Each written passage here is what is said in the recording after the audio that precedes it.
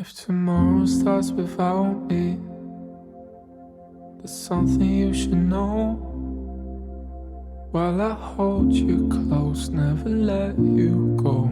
Hello and welcome to The Broken Pack, a podcast focused on giving adult survivors of sibling loss a platform to share their stories and to be heard, something that many sibling loss survivors state that they never have had. Sibling loss is misunderstood. The Broken Pack exists to change that and to support survivors. I'm your host, Dr. Angela Dean. In today's episode, I had the pleasure of speaking with Elly about losing her sister, Laura. Elly lives in the UK, and we had the chance to discuss some differences and what counseling and support look like for grieving people. We also talked about how losing her person, losing her only sibling, has meant navigating life differently than she expected. I hope you enjoyed the episode. Second guessing, 'cause you never know, you just never know. Welcome to the show. Elly, I was wondering what you would like our listeners to know about you. Hi, thank you for having me, first of all. I'm Elly. I'm from this place called Swindon in the southwest of England. So for those that aren't going to know where that is, if you're familiar with like Bristol in England or around London-y sort of way, it's probably easier to throw that one out there. I've lived here my whole life, haven't left just yet. I've been in recruitment for a long time and I live with my partner. All of my family are pretty much based in Swindon as well. So we're born and bred here. So my sister, again, was born and raised in England, in Swindon as well. All right. Well, thank you for that. And I'm excited to hear a little bit more too. I think our cultures around death and grieving are slightly different from what I understand. So you're interested to talk about that. Same. Before we get into the difficult stories around loss and what it's meant for your grief, I was wondering if you could tell us a little bit about Laura and who she was and your relationship with her. Yeah, absolutely. So Laura was my big sister. So she's around 5 to 6 years older than me. And she was music. Music's the first thing that springs to mind whenever I speak about her, whenever I think about her. Really musical. She was so talented. I'm talking piano, clarinet, saxophone, flute, guitar, you name it. She learned it and she played it and was really successful with music. She was a funny one. She'd wear odd socks. You'd never see her wearing the same pair of socks. And it was always a running joke how polar opposite we were. So you've got me, I love my fake tan, my makeup and bleaching my hair and clothes. And I used to take the mick out of her saying, can you please paint your toenails, at least paint your toenails? And she wasn't into anything that I was into, but we were close. I refer to her as my life person, if that makes sense. Mm-hmm. She's one of the first significant people in my life and was the constant for the 23 years that I was lucky to have her. So yeah, she was amazing, very clever. She was a nurse as well, so was always putting others before her and really good at her job. Really good at her job. I'll get into this later on, but she faced some barriers and some issues with her work and she always kept trying. She just wanted to stay being a nurse. She was funny.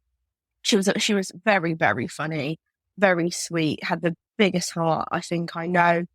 Just a wonderful person, and faced so many battles. I hear other people's stories and it's not about who's been through worse. Everyone's story is different, I feel, but I do feel that my sister Laura had an extremely difficult carved out in life and still was loving and caring and tried to be happy all the way through. So that's my sister in a nutshell. A little ball of love is what I would describe. Yeah. And so how long ago did you lose her? It was 9th of August, 2016. So nearly 7 years now. Nearly 7 years. Oh, wow. Yeah. You said that you were close with her. Yeah. Are there particular things that I'm sure you missed all of her? Yeah. Are there things that come up that you missed more? Yeah.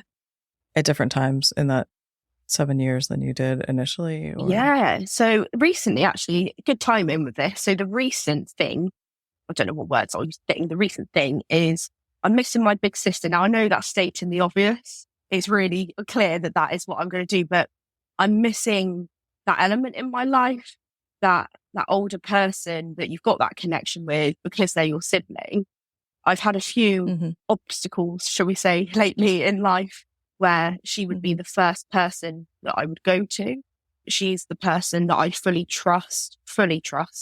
There have been times that I've been too embarrassed or ashamed to talk about how I'm feeling about certain things in life, but no question, no judgment from her. I'd go straight to her. So lately in life, so I'll say the past year and a half, I've really, really missed having an older sibling figure. And she was awful with advice, by the way. So her advice didn't match up with what I needed, but her heart was there and that was enough. And even if it was what I would class as rubbish advice that would have worked for me, she'd always try and come up with something. She'd never say, I can't help you, or I haven't got anything to say. She'd always try and give me something to advise. So for example, if I'm struggling in a job, say I'm really not enjoying a job, she'd suggest something like, so I trained as a beauty therapist. She'd suggest, why don't you go be a plumber? Match up to what I'm needing, Laura. I think it's that sister love that I miss the most, because it is one of those, isn't it? You don't realise what you have until it's not here anymore. And I've really noticed in the past 7 years, it's that go-to. You don't realise how much you go to that person until you can't anymore. So yeah, it's that. So in a long-winded answer, which is standard me, to be fair, it is all of her actually. It's warts and all, the whole package. It was a big part of my life, and I became a person as a result of that. And then that part completely went. So it's like, again, stay in the office. I'd rather have it back, all of it. Right, of course. You mentioned that she was really connected to music. Do you find yourself having a connection with music because of her? Yeah, big time. So again, it's funny what you look back on, isn't it? Because I used to, this is going to sound like I was a bully, but I used to take the mick out of her music taste, for example. I think it's like natural siblings that are different. She did the same back to me. She'd be like, what is that rubbish you're listening to? But these days it's funny because I listen to exactly what she listened to. And I now understand why she loved that music so much. She loved everything, very eclectic music taste. It would jump from the Pirates of the Caribbean soundtrack to Jay-Z or something like that. So very eclectic. But I find that in the times where I miss her or I just want to feel a sense of Laura, I'll listen to specific music, and it's everything but what I'm currently listening to. It's going back to the classical or the jazz or things like that. But yeah, and I feel like music is my ongoing connection with Laura. Well, thank you. I think we have a little bit of a sense of her in just a few minutes. Little Miss Music, basically. Thank you. Yeah. Was she a musician? Yeah. So she was absolutely fantastic at the saxophone, clarinet, and piano. She played quite a lot, but those were her main instrument.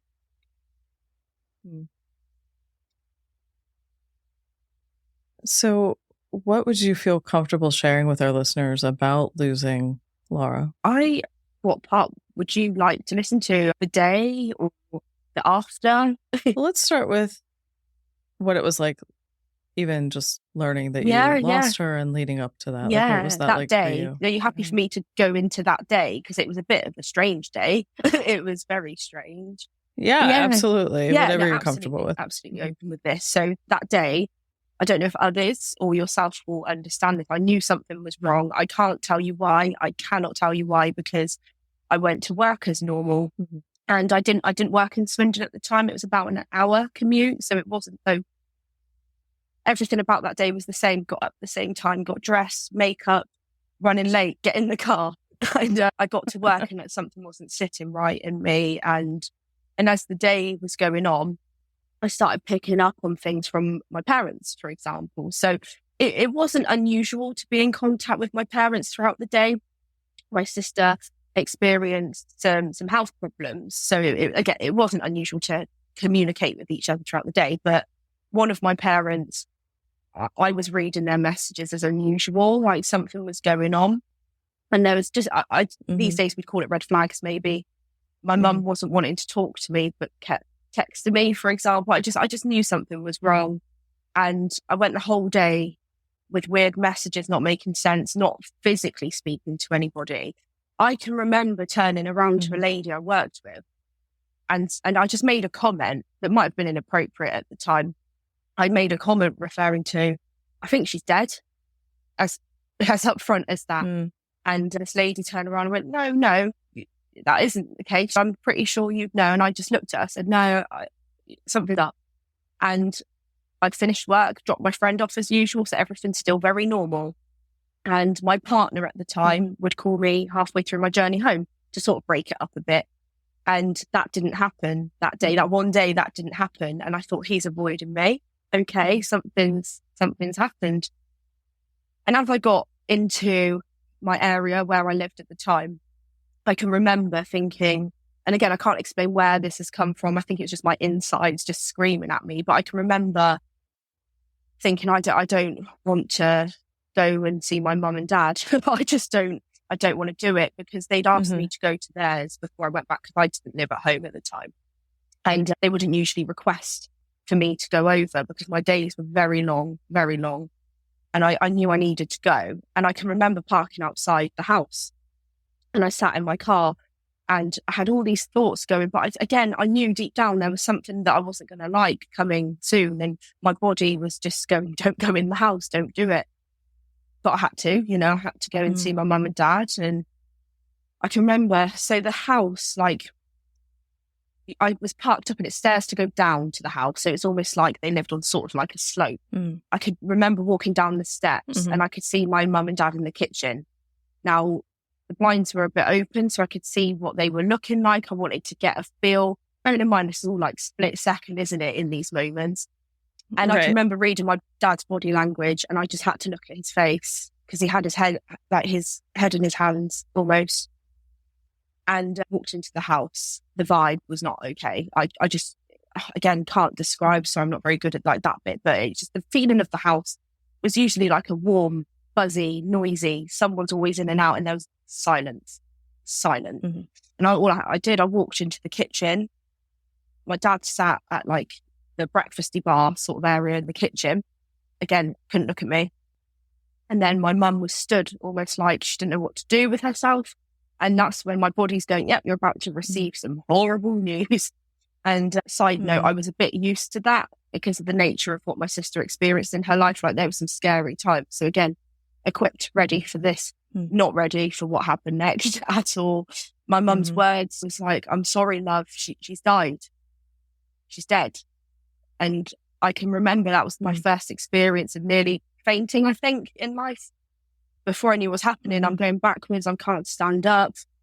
My parents are a mess. And I went and sat outside straight away. I can remember asking what happened, why, like, what happened. And they couldn't say. They couldn't tell me because they didn't know. And so I just went straight outside, and I can remember those moments very clearly. I can remember very well sitting there straight away, telling myself my life was over. I can remember my body and my brain telling me my life was over. And that's when my shock set in for a very long time from that point. Very long time the shock went on. But that's the day. That's the day. That's literally, I went to work. I finished, found out my sister had died at 9 o'clock that morning. And so no one wanted you to have a different kind of day, but it ended up being a different and I day can remember anyway. my mum telling me, not on that day, but as time went on, the reason, because I went quite a while being upset at finding out when I did. It was all to do with she wanted me to drive home safely, knowing I had a bit of a dodgy drive home, an hour, and it wasn't a main roadway. It was quite a dangerous way if I wasn't concentrating. So I do understand. But it was difficult finding out at 6 o'clock compared to 9 o'clock in the morning when it had happened. What do you think about that now? It sounds like you understand that, but that's a long period of time to not have that news. But you had a sense, like you were able to say to your I knew it. coworker, I really can't tell you how I knew. There was something about the situation. And for a long time, I'll be honest, I was very upset that I found out when I did. And I carried that for a long time. And it wasn't until later times in therapy when I actually said the words, it upset me that I found out when I did. But move forward to now, where I am now, I completely understand. My mum and dad were helpless in that whole situation. And how do you tell your daughter that their sisters died that morning when they work so far away? So I do understand now. Right. Mm-hmm. In those days after that, how did you get support from people, or like what was happening for you? This was a very difficult time. I think on the outside, people would perceive these situations to making the remaining family closer, but I could have had 100 people around me 24/7, and I would still feel alone. There were things that one parent was capable of doing, but the other wasn't. There were times where one parent was, again, understandably very distressed, very heartbroken. Like, it was a devastating situation for us as a family, but them as parents. But it made me worse. It made me feel worse inside, but I felt compelled to spend time with them non-stop in those days after. There was no way I was leaving them, but I felt at the time, and this is purely based on how I felt at the time. It's not to say that behaviours were behind it, but I did feel it was a them and me situation. Even though I was there, I was at the family home a lot, which again was very hard. I didn't find it comfortable ever going back to that house after finding out that day. Even though she didn't die there, it was our family home. So I did struggle. And I was there a lot. I found myself doing a lot that I was uncomfortable doing to try and make things easier for my parents. And that was a real rough time. That went on for quite a while, actually, years. I'm talking of doing things that I'm like, if I was now with my mindset now, I'd be explaining I have to have boundaries with this, but I didn't know about boundaries at the time in life. So I was just doing everything in my power to try and make their life better. But looking back, how can you fix that sort of heartache at that time? You can't. But that was rough. Right. Yeah. Right. And it's not necessarily about fixing it, but that's what you need. You felt like you needed in the moment. Yeah. Yeah. Like, again, that moment I told myself that my life was over, the next thought was, I have to do everything to make this better for them. So I went on to do all sorts that I wouldn't have usually. And then, made it worse. For you, for them, for everyone? To my understanding, just me. But again, not that they've ever verbalised that, but we don't really talk about the early time. In fact, as a family, so me, mum and dad, we don't actually talk about Laura together very much. One parent, I don't think is very comfortable. The other, I do quite a lot. But one parent, it's different ways of coping, I think, and different personalities. And everything's different. I think someone dies, every single person has a different grief story, don't they? And it's like, how do you manage that under one roof? It's hard work. Well, all of your relationships with Laura were different. Yeah. And so it makes sense that the grief was different for sure. Yeah. Do you go back to that house now? I drive past it. So they actually went on to move from that house only a couple of years ago. It was literally as lockdown had started over here that they moved. Hell for them, bless them. But they left the family home. And I have to drive past that now and then, like if I need to go to the doctors, or I've got a couple of friends who live up there. And I drive past it now. And it's strange, ever since they left, I feel like I have no attachment to the house. It's my memories of where I grew up. Before they moved, I really struggled going whilst they were in the house. But Laura hadn't been in that house for years. Many reasons, like her health, mobility issues and things like that. So she hadn't actually physically been there for a long time when she died. But I really struggled even stepping foot into that house. And that's the house you grew up in? Yeah. So I was there forever. Yeah. I was born there and then left when I went to do adult life. But that was where our whole upbringing was. So that's a ton of memories and situations that happened there. So it's been 7 years. Like, where would you say you are in grieving currently? Do you know what? This is going to maybe sound like a bit of a strange response, but I feel like I've never been so clear on what I'm feeling and why. So I'm very, like, the confusion's gone for me. I was confused for a long time. I'd even find myself sitting there being like, why am I upset? I understand I'm upset. My sister died. That's upsetting. Now, now I allow myself to be upset. But I had a lot of confusion around a lot of things and a lot of struggles. But now I also have more heartache than I used to have. So for me, when I hear people saying these lines, time's a healer and all the stuff that really irritates me personally, time hasn't healed me. Time's allowed me to get used to this life without her. And actually, my heartache gets more as time goes on.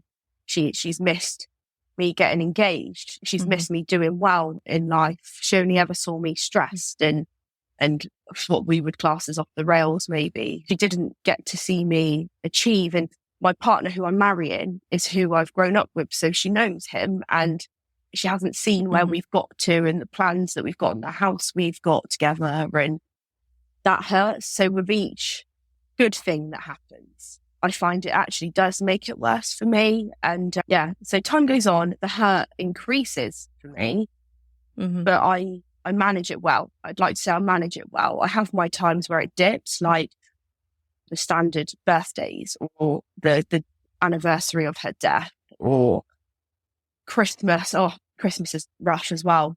But there are these random times. So, for example, I'll give you a recent one. I'm in a job that I'm not enjoying. Like, let's just put it that way. I'm not having fun in this job.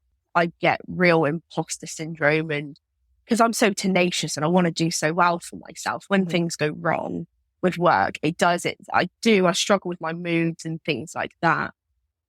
And it's really opened up that Laura grief box. It makes me just want to be with her. Like, again, it makes me just want to have a hug from her, or I find myself going to the crematorium just to have my alone time with my thoughts with her when things like this happen. So like lately, like you're talking to me, actively going through a hard time actually with it, where all I want to do is speak to her and nobody else. So I can't speak to her, so I won't speak to anybody else. It gets quite intense. It does. And no matter how much therapy I've tried different things. I think sometimes, and I may be wrong, I may be completely wrong, but I think sometimes you do just have that hurt because of how much that person meant to you. And like I said, I refer to her as my life partner. And I think that's a pretty big deal to just get all right with over time. Right. And for her not to be doing life with you as your life partner, that's hard. Yeah. And she's missed a lot. Yeah. Yeah, it sucks. It really sucks. Yeah. Yeah. You mentioned therapy there. And I know when you made the first contact, you mentioned that you've spent a lot of pounds, actually. Seeing the pound sign is it's funny because I was like, oh, that's pound. That's money. But you've spent a lot of pounds on therapy. And I was just wondering if you could share a little bit about what that was like. You said that there weren't a lot of resources for you. Yes. So it'd be interesting to see if it's similar on your side of the world. But for me, the first thing I did was I knew I wasn't right. This was a few months after she died.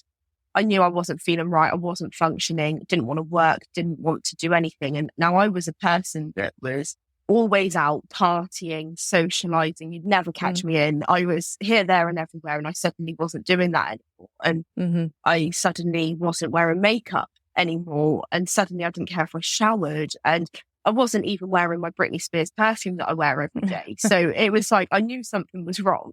And I contacted the doctor and essentially the options given to me were tablets or group therapy.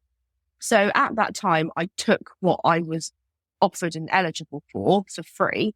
And it wasn't enjoyable. It wasn't enjoyable so soon.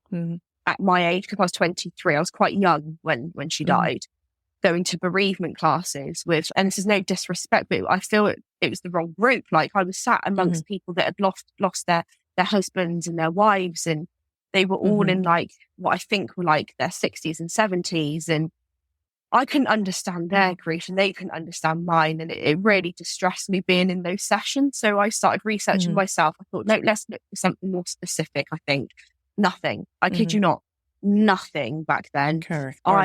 I was searching for forums, even like I thought, oh, I'll speak to other people that have lost a sister or a brother, maybe.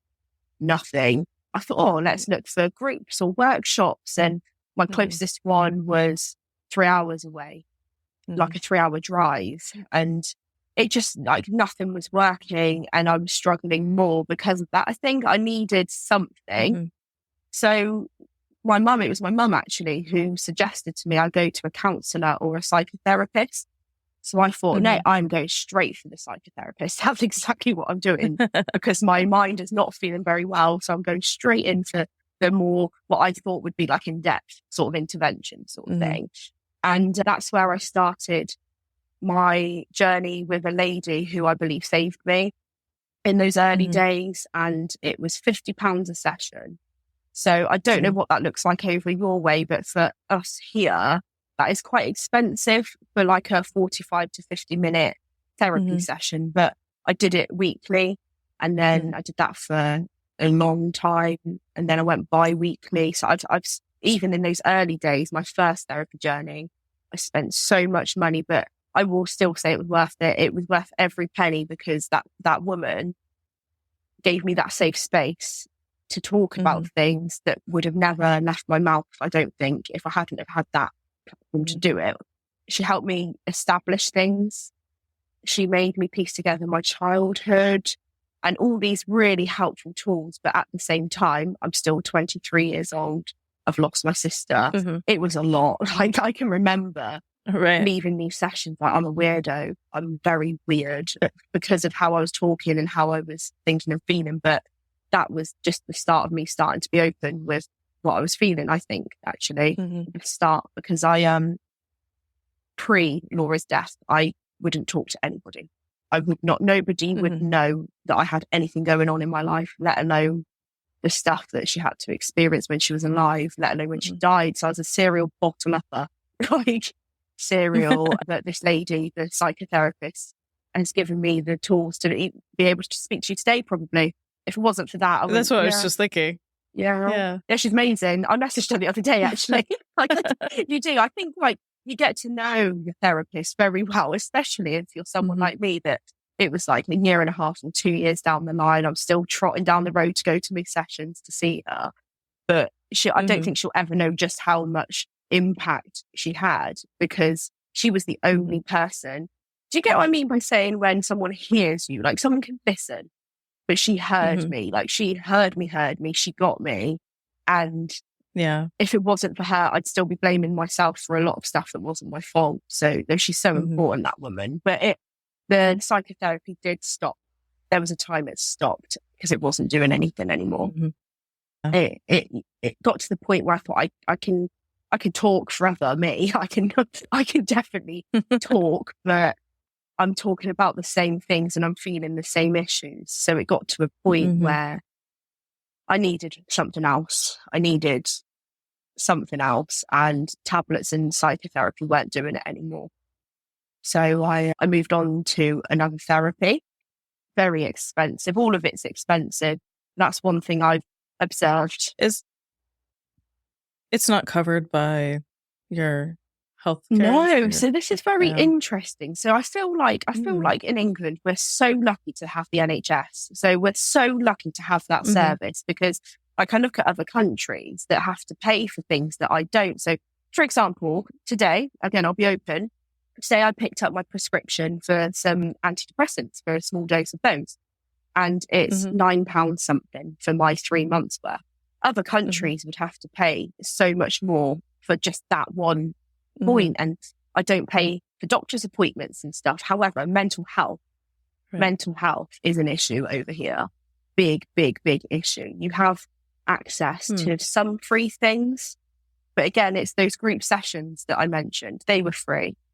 You don't get, again, this is just my experience. Other people might have had differently, but I couldn't find the one-on-one that would be covered. And we don't really run by private medical health care over here. Some people do. I think if you're in a bit of a more fortunate situation, should we say, you'd have private health care. There's not a lot covered here, if I'm being honest. That's interesting because here our insurance is expensive but And I'm a psychologist, and I'm one that takes insurance. Not all therapists or psychologists do.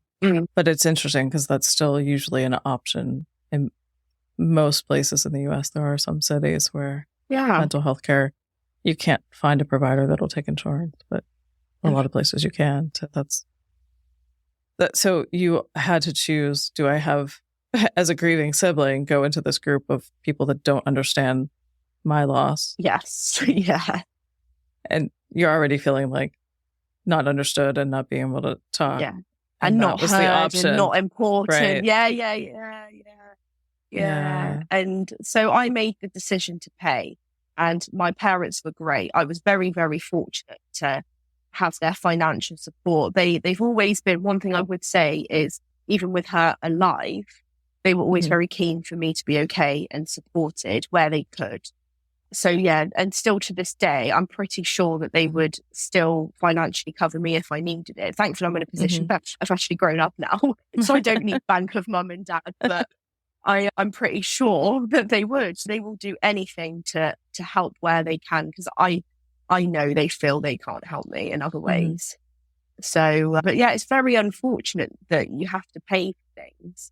But I don't regret paying for it at the same time. I'm so glad that I did that. I see other people who I feel would benefit. And that's not to say I'm right, but just from experiences and knowing them very well, who either won't or can't pay.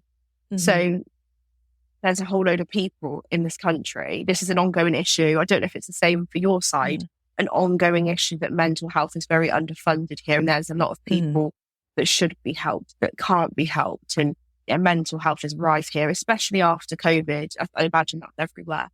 A lot of people struggle. The struggle, honestly, it's so sad, isn't it? You see people that you would refer to as like the rocks and the resilient people, and everyone's capable of crumbling, aren't they? And the help just isn't there that easily. And I had a doctor's appointment yesterday.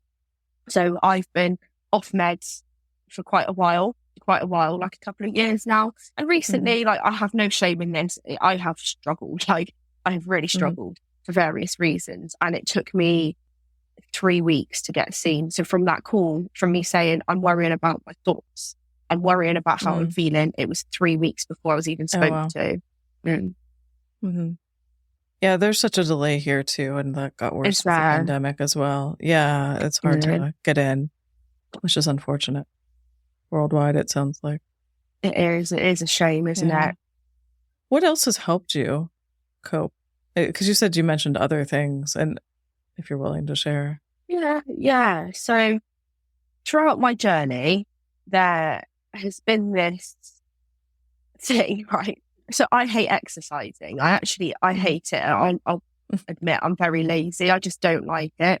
And I got a personal trainer, right? When she died, I thought I need some focus in my life. And I put on quite a bit of weight from overeating. So me and mum joked. We actually joked that we're probably the only people in the world that put on loads of weight when someone died. But I imagine other people would have done. But we were so stressed that we just were trying to eat to comfort. And I put on so much weight. So now I'm left like 24 years old now. And not only am I really grieving, really struggling, not understanding life or any of it, I'm also really tubby and not comfortable in my own skin. So I thought, do you know what? I'm getting a personal trainer. So there've been this has been on and off for the past 7 years, this exercise thing. Suddenly enough about to rejoin the gym to try and help again. But the exercise in the gym, it did actually help. I have to vouch for that. I know it works. It worked for me. And not only did it help me get some control and consistency, I lost weight as well. So I was healthier and feeling better. That only goes so far though, because these things happen in life where feelings can mean you don't get motivated anymore. So then you don't go. My personal trainer at the time, he was a diamond. He knew the full situation and got to know me as a person. So when I was too anxious to walk through the door of the gym, he'd walk in with me. So he was a very special part of my journey as well. What else helped me? Music again, on my own, listening to music, walking. I like long walks. So I don't like active exercise where I'm getting out of breath, but I'm happy to casually walk somewhere. So I walk a lot, especially now the sun's decided to surface here in England now. So I can go and have my sunshine walks, and I like forests. So I actually established that. It was COVID that made me realise it was that, but the whole way through it's been forest. So obviously nature seems to soothe me a bit. And there are certain people that got me through. That's an important subject for me, is the support, because, and again, I don't want to sound disrespectful to anybody or cause offence to the people that have been part of my journey, but there was a severe lack of understanding and support. I'm talking from colleagues, friends, my family. I don't want to completely out these people, but there are some family members that would be considered as close members that still to this day haven't asked me how I am on the back of Laura's death. So, you know, those situations where you can't expect from people because they don't understand. And great, I'm glad you don't understand. But you know, that feeling of being let down and disappointed by family and friends. I carried a lot of difficulty with those feelings until a year ago only. So 6 years of feeling like people weren't doing enough or anything. But my partner, he's another significant part of this.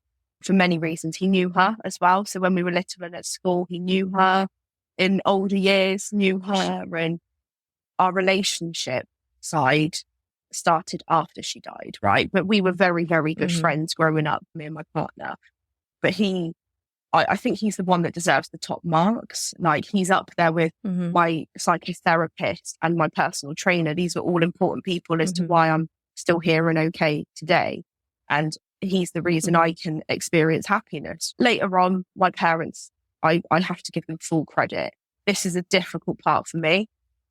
I don't feel like there's a person at fault for this. It may well be me. You never know. I don't know because I haven't had the conversation. But I did feel like that it was a them and me situation. We have a group chat on WhatsApp called Line of Three. That was set up as soon as she died. That we needed to communicate about funerals and like all these things. That Line of Three chat is still there. And they used to openly talk to others about, we've got our little Line of Three now. I used to think, no, it's a 2 and a 1. It's a 2 and a 1. Your parents, I'm the sibling. There's no way we can go through this journey together. And I do feel, and I do strongly feel, that they went on their journey and I went on mine. But recent years, I cannot express how thankful I am for their support. It's all I need, and what I've got, it's amazing. And the stuff that I can understand now, I couldn't at that age. I don't think I put myself in people's shoes. I like to do that. I like to try and think. And now, because I haven't had children myself, but the thought of having one and one not being here anymore is devastating and very different to a sibling. I think it's too different to be able to go through it together. But then that's just my opinion on based on what I've gone through with them. Where the parent side I struggled with, I did struggle to see them, be around them.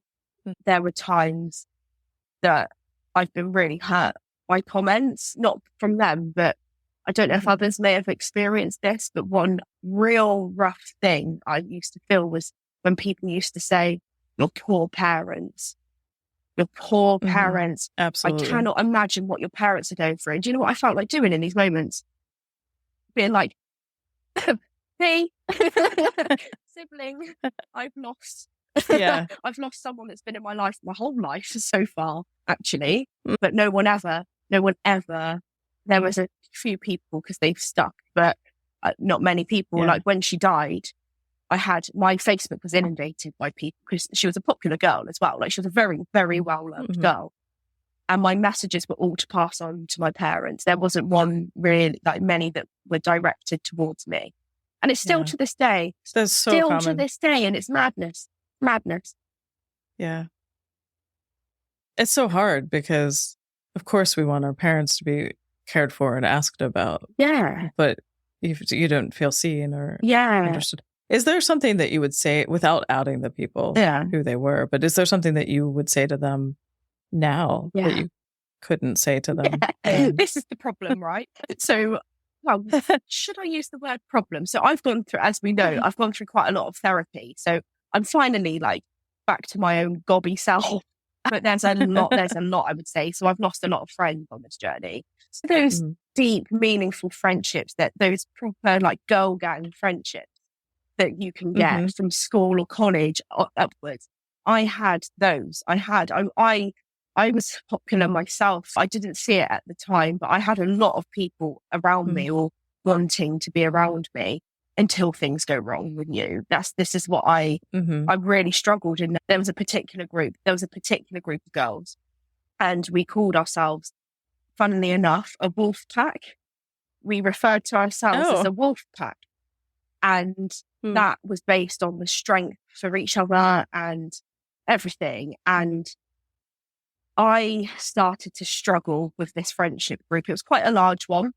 They'd all gone to school together. I'd gone to a different school, but I was friends with one. That's how I got introduced to the group. So then, I, as time went on, started struggling more with certain things. So I don't drink alcohol anymore. And I started to make that decision quite soon into my grief. Very simple. It makes me grieve more. The alcohol doesn't like me anymore.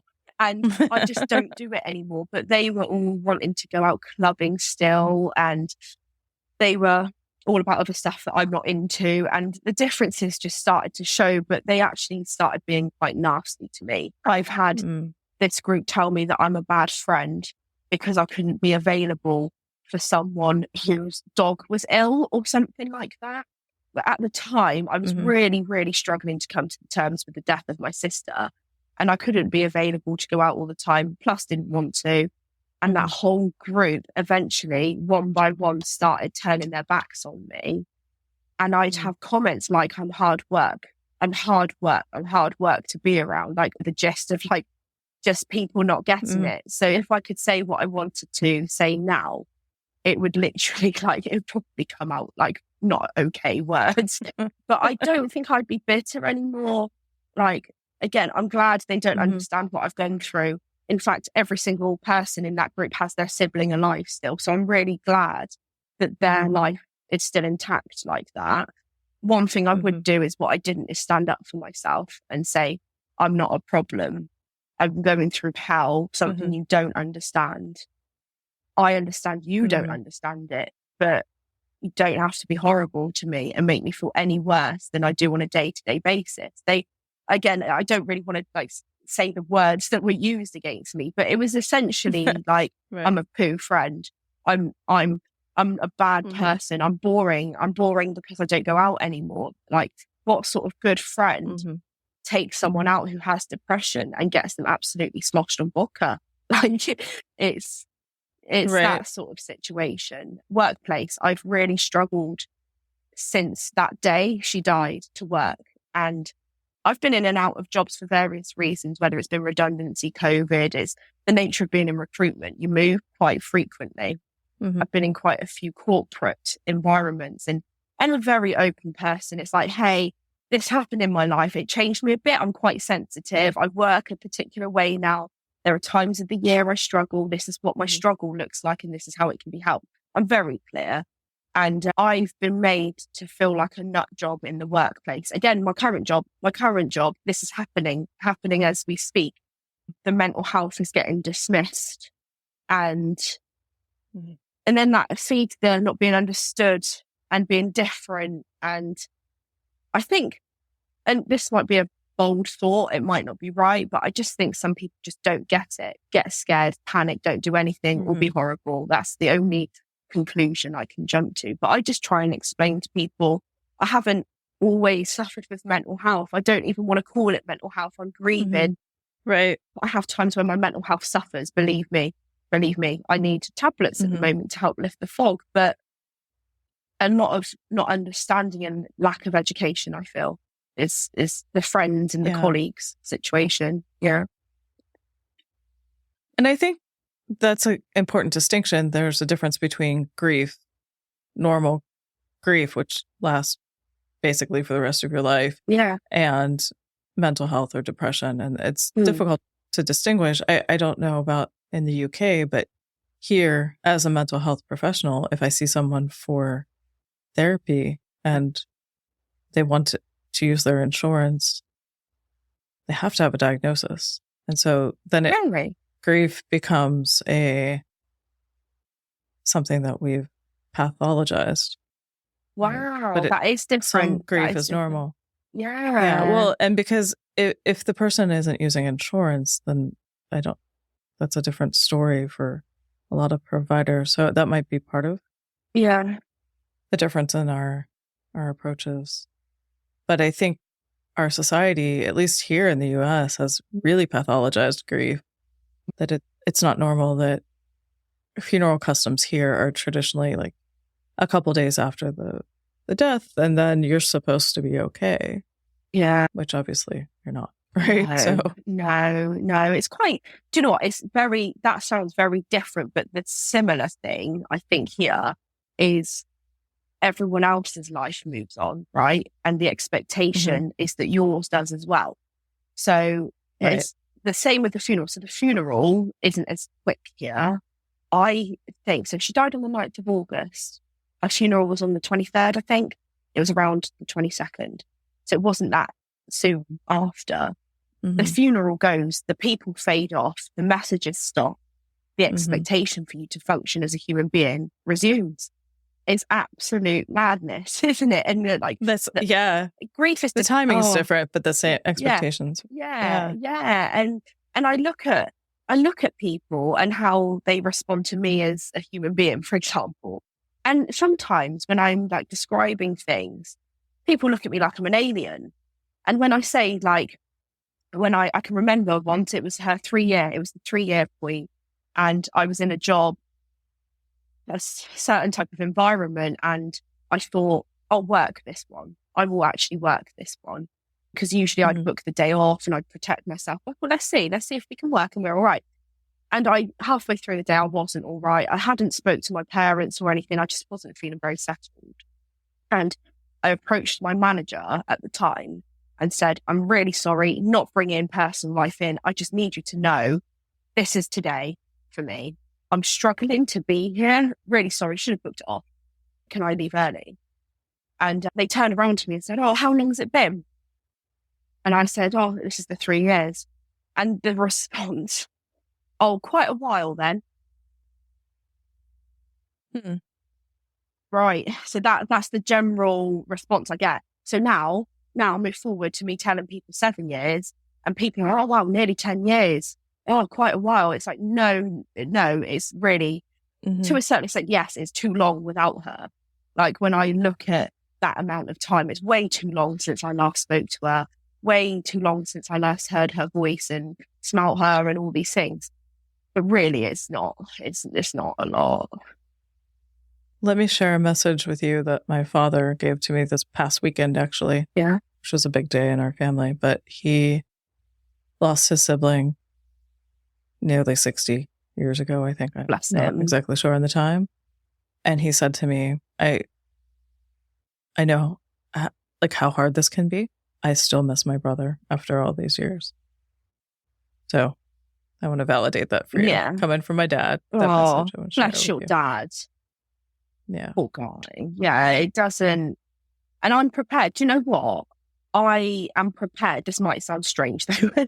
I'm prepared to carry this for the rest of my life. And reason being is she's still alive and here. And exactly. for me, it's not that I want to hold on to the hurt, the struggle, I don't want any of it, but that's there for a reason because I miss her. And I'm hurting because she died. Like the trauma of your sibling dying on its own, that situation is enough, isn't it? Like that whole situation, right. I look at it very separate. Like I do tend to do this as a person. I separate things to try and make sense of them. But the fact that person's died is bad enough. The fact they're not coming back is another thing, isn't it? I think it's a lot for one person to carry in their little heart, isn't it? Yeah, for sure. And you said that you keep her alive in your heart. So do you feel like you're living for both of you? Now I am. So this has been since 2021-ish. So fairly recently, I had this sort of epiphany, this sort of like eye-opening situation where I realized what I was doing. I wasn't living my life because I didn't feel I deserved to because she wasn't here. I got a bit messed up in the head, understandably, about the situation. And now I'm going out of my way to make sure I am okay, I can live, and most of all, do the things that she couldn't get to do. Like she was 27 when she died. She didn't even make it to her 28th birthday a couple of months down the line. She's just very young in my eyes to die, which meant there was a lot she didn't live with. So I try and experience these things to live for her. And I do the odd, like, strange thing in her memory. Like, I'm not too fussed on tattoos, really. Like, I like the ones I've got. I've got a massive one that I got from her, but I think I'm going to get a couple of bits that I know she wanted to get done that she couldn't do. And she always wanted to go to Alcatraz prison, right? This is a very common thing for us over here to want to do. To go to Alcatraz? And honestly, to go and do some sightseeing over there. This is something that I share with her. So I want to make sure that at some point in life, I go and do that for me and her. So yeah, these days I'm getting better. I'm getting better at allowing myself to live and be free. I can still carry her and the feelings about that. But at the same time, I can get joy out of life. That's beautiful. And also interesting, Alcatraz, isn't it? I guess a lot of people want to go there. Are there other ways that you feel that you stay connected to her? This might be a questionable subject. So not to offend any listeners or yourself, just in case. I believe there's an afterlife. I do. At this moment in time in life, that's not related to religion. It's just, I believe that she's always with me. Again, lots of things I say I can't really describe. I recently saw a lady who claims to connect with the other side, the afterlife.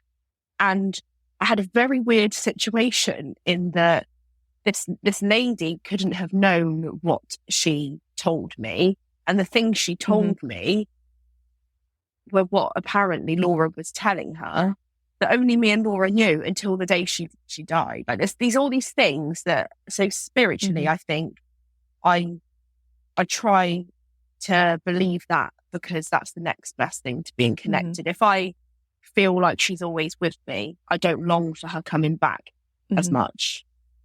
It only goes so far though, because you know what it's like, you just want a proper cuddle, don't you? Yeah. The physical. Like, yeah.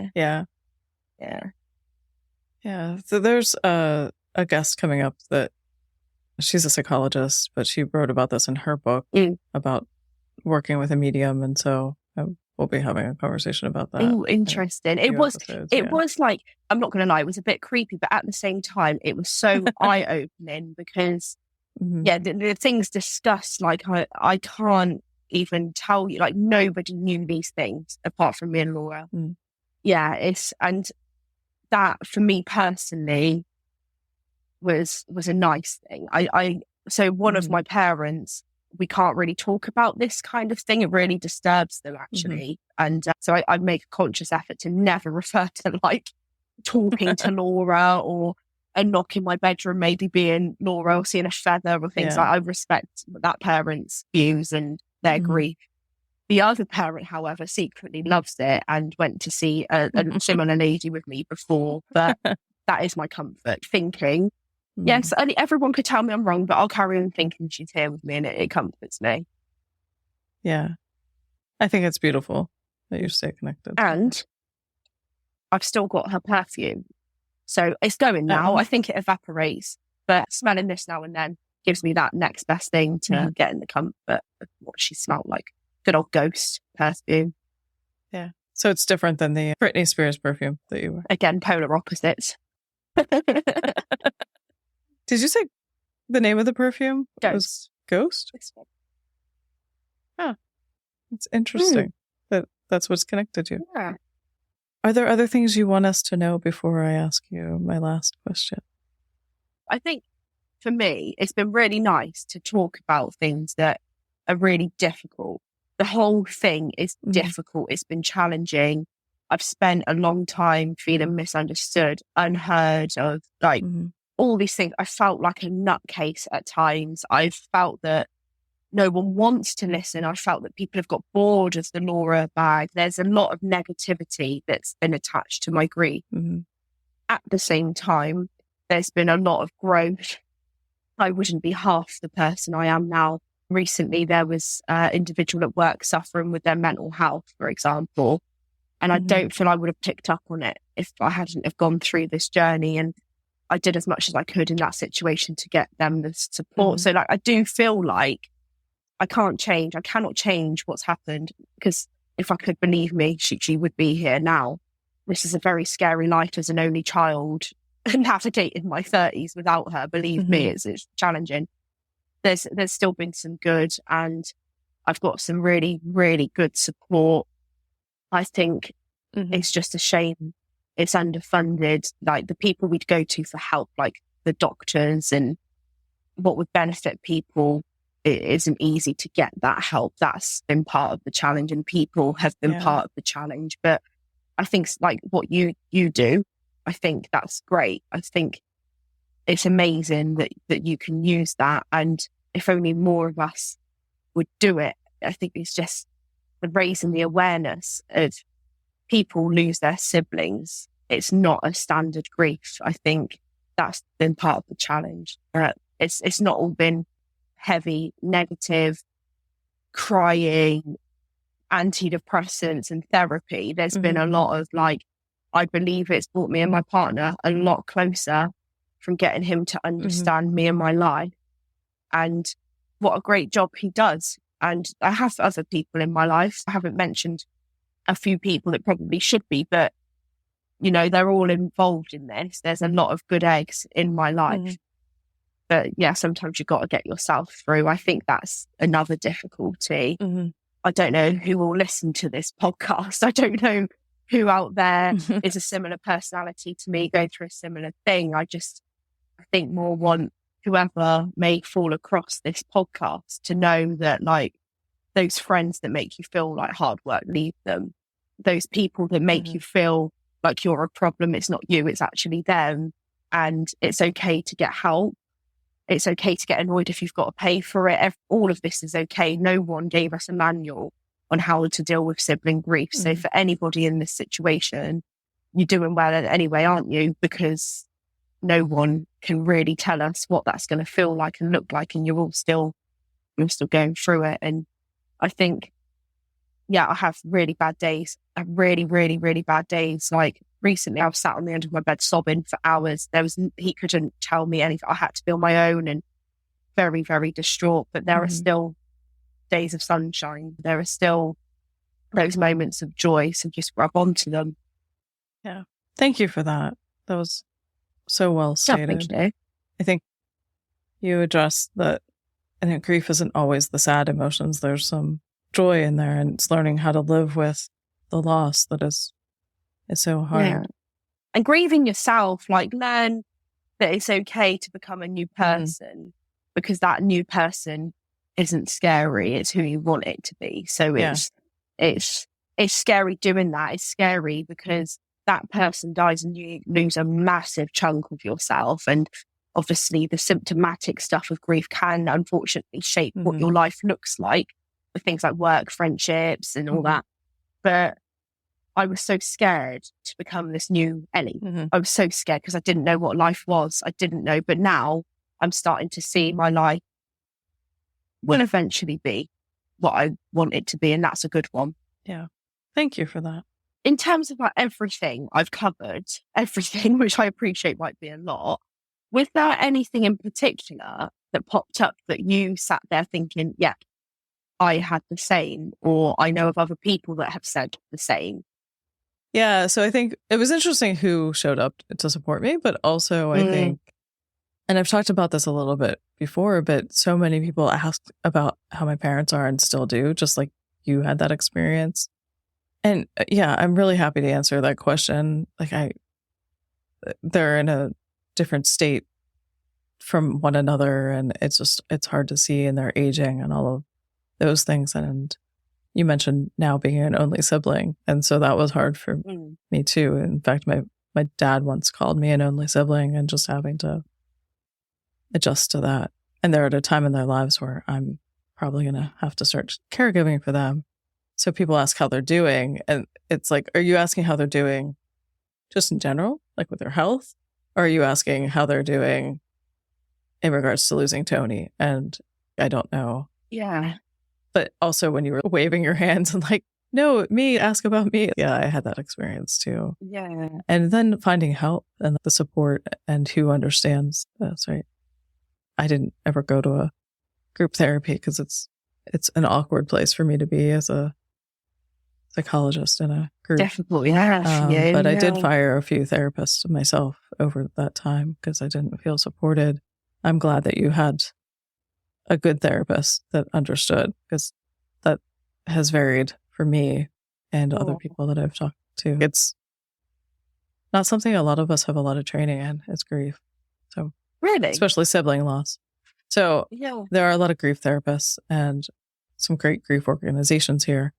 But sibling loss is not something that is well spoken about. In fact, I was just at a conference a couple weeks ago, and it was a death education and counseling conference. That's what the organization is for. And there was mention of sibling loss, but only for children. And yes, of course, that's tragic in its own way. But yeah. Yeah, the adult sibling situation is just, it's almost like you think it doesn't happen. So that's why it's not covered, but it happens absolutely everywhere. Exactly, because most of the world has siblings. So most of the world at some point, we will lose a sibling. We just don't expect it to happen. So bizarre. Till later. It's so bizarre. I can remember calling a charity. So I thought I'd found somewhere great. Mm-hmm. And then when they asked how old I was and how old Laura was when she died, they're like, oh, sorry, this is for 16 and under. It's like, so I don't need support. I don't need support because I'm 23.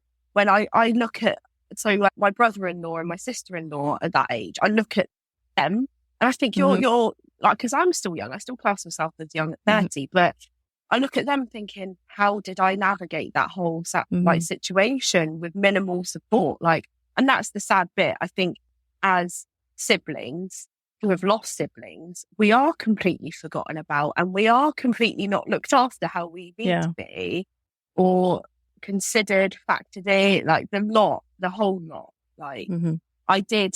And with that, I think I lost a bit of my identity as well. But this is how damaging it is when you don't have the right support available to you. Yeah, for sure. What was your relationship with your parents like after the death of your brother? My brother and I always joked that he was the favorite child, or favored. Is it favorite if there's only two? I don't know. Favorite child was him. Oh, there's always a favorite in that.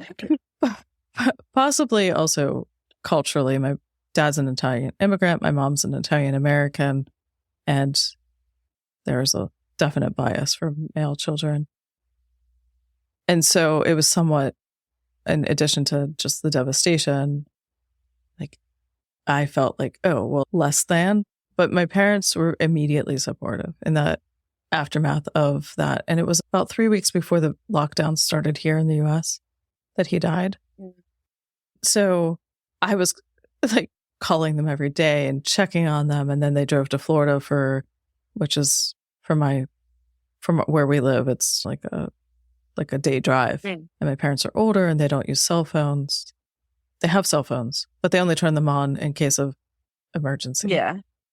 So we just literally had an emergency, right? Something you needed immediate contact with. And they drove to Florida and they only turned their cell phone on when they got to where they stayed overnight. And I remember panicking. What if something happens to them? And I was checking with them multiple times a day. And they're like, oh, we would have turned the phone on if something happened. What if something happens to me? Yeah, it's back to that. Hello, I need looking after as well. Yeah. So that was an interesting conversation. And we were really tight and close and talked a lot in those first few months. And then we still do, not as frequently. So it's changed over time, but we definitely grieve him differently, as you described. It's been interesting to see. Actually, I feel like the relationship is closer now than when he was alive.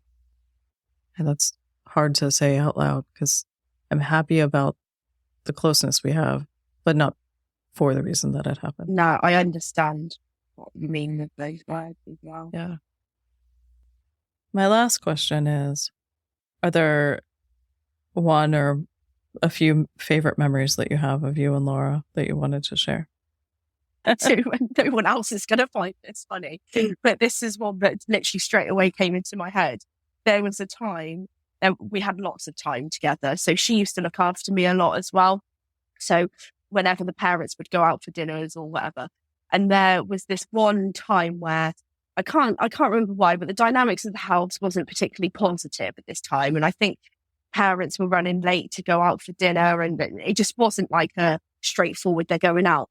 And I can remember we received clear instructions to not make a mess and cook loads and stuff like that. I think they'd even left us a lot of money to get a takeaway.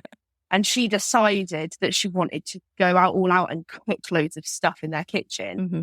And so she didn't make a mess, none of it. But as she was walking out with her dinner, and I think it was as my mum was walking through the door, she had made spaghetti bolognese. And the whole thing went all up the walls and all over their new carpet. Oh, no. And there was white walls and stuff like that. But that was just typical.